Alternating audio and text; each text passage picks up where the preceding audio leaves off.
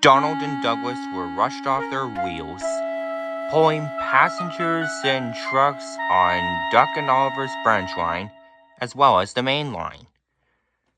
Sir Topham Hatt noticed this and promised to find another engine to help.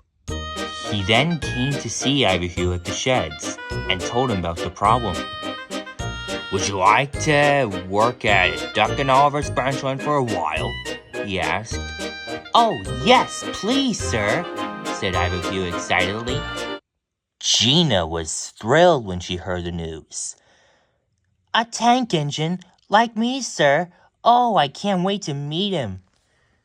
"He's quite younger, Gina," said Sir Topham Hatt, "but he'll be needed in Duck and Oliver's line, so I don't think you'll be able to meet him."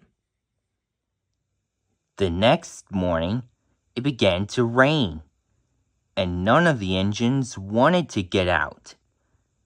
But they knew that coaches and trucks were waiting, so they had to put up with it. Gina was delivering a chocolate syrup tanker to the ice cream factory. "Just the sort of weather when you need porridge for breakfast," laughed her driver. "What's porridge?" asked Gina.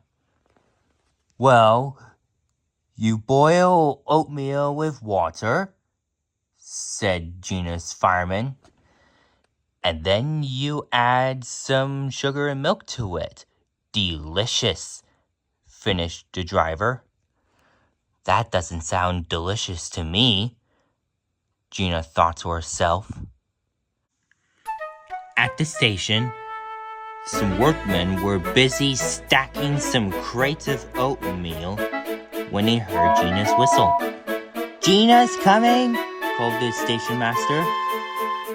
Suddenly, the wind blew one of her crates into the track.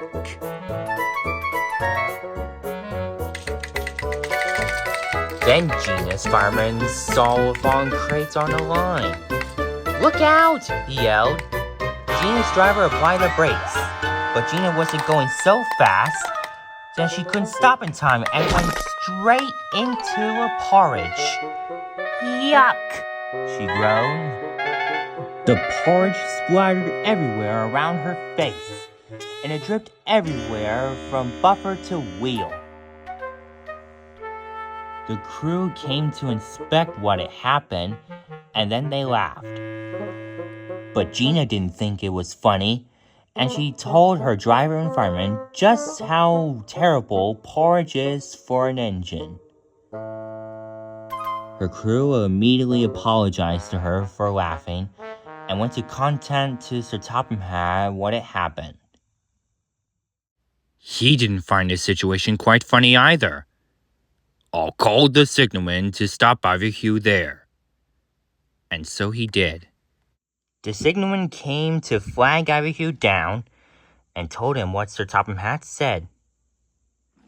Ivo Hugh parked into the sheds to stay out of the rain. He then saw Gina still covered in porridge, while her crew went to get buckets of hot water to wash her down. Gina gasped and saw the name of a tank engine's boiler.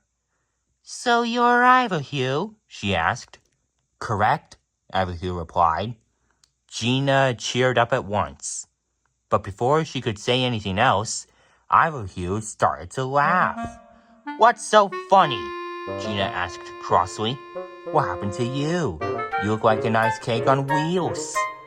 Gina explained about the situation. "You silly engine. Engines aren't supposed to eat porridge." Gina was crossed by Ivo Hugh's rudeness. The next day, while Gina's still being clean, Sir Topham Hatt came to see Ivo Hugh at the station. "Since Gina's out of action, I want you to look after her work until she gets better." Ivo Hugh was excited. His first job was to take the milk tankers to the dairy. Sir Topham Hatt had warned him about 2 standpipes, but Ivo Hugh was so excited about his first run that he forgot all about that. Soon he arrived at the dairy and parked the milk tankers into the siding. I'm thirsty, he panted. So he went to the hose pipe, and the fireman placed the hose into Ivo Hugh's tank, and his driver turned the tap on. But Ivo Hugh thought the water felt strange. "That's not water!" cried the dairy manager. "That's milk!" Ivo Hugh was shocked. "Oh, get it out! Get it out!" Ivo Hugh's crew soon put out his firebox, and they called for help. Soon Gina came, and it was her turn to laugh. "You and I make a fine pair," she said. "I had the porridge, and you had the milk."